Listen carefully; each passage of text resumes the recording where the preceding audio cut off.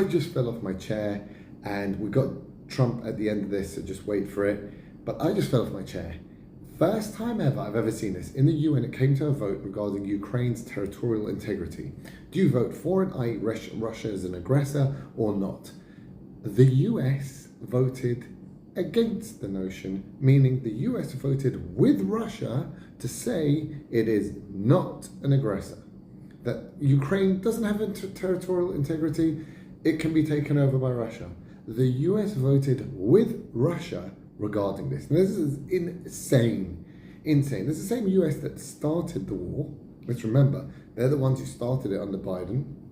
Ukraine could never have even lasted 1 minute without US support. So they basically allowed US to continue it. Obviously, in the beginning, they wanted to come to an agreement. Britain came over with US backing and said, well, we'll support you. Now they're saying, no, we're on Russia's side, right? And this is actually genius, and I'll explain why. The whole problem, geopolitics, since basically the 70s, I'll just go through it quickly. There was a Cold War, right? Russia and China, the communists against America. And the communists were growing very, very strong. So what did Nixon do in the 70s? He flew to China and he said, we're going to bring you in, you'll be part of the West, decoupled them from Russia. And by doing that, Russia was isolated. In the end, they lost the Cold War. 1990s, it fell down. China got stronger and stronger and stronger. And then America realized, oh God, our greatest enemy isn't Russia, it's China. So now they've had to switch and go, okay, well, we are now going to make China enemy number one. We're going to shoo them away. All the good we did, WTO and all that, we're going to chuck them out. And we now are going to befriend Russia. And that is what's happening. That's why you had Trump speak for 90 minutes. 90 minutes with Putin, 90 minutes. He's never spoken to anyone for 90 minutes, any world leader. He spoke 90 minutes with Putin. He then called Zelensky a dictator. He said you don't have elections. He said you're ripping us off. You're going to see that in a second. And he basically said he's pivoting to Russia and he wants a deal. He wants this war over. He's not supporting Ukraine and he wants a deal. And it's going to happen. It's going to happen. And the EU is powerless. It's a joke puppet. It's so funny. You're going to see this video. Macron's there like a little joke. He's the one who actually organized all the Europeans last week to plan. What can we do?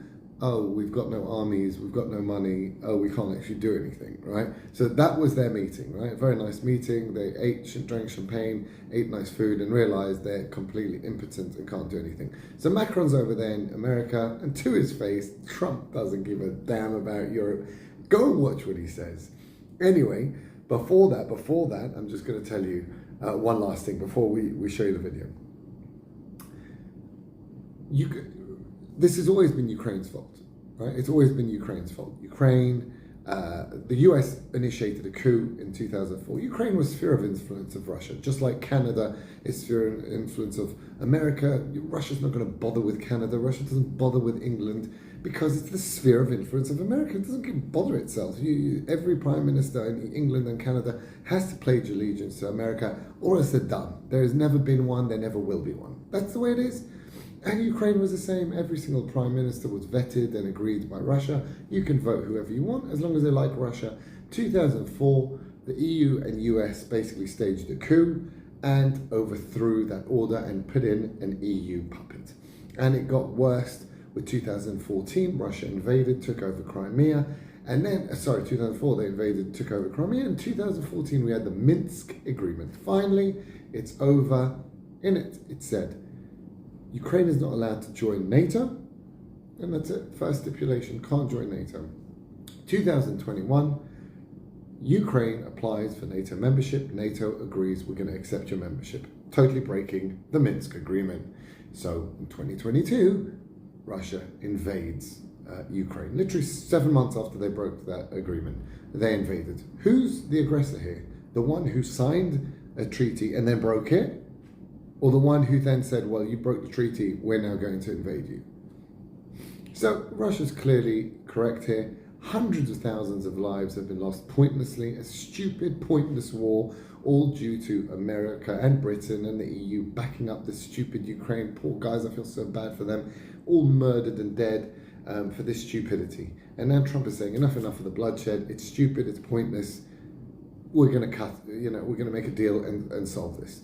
And he has pivoted to Russia because also he wants Russia to come in from the cold and be its friend against China. Now, Putin, thank God, been around the block a long time.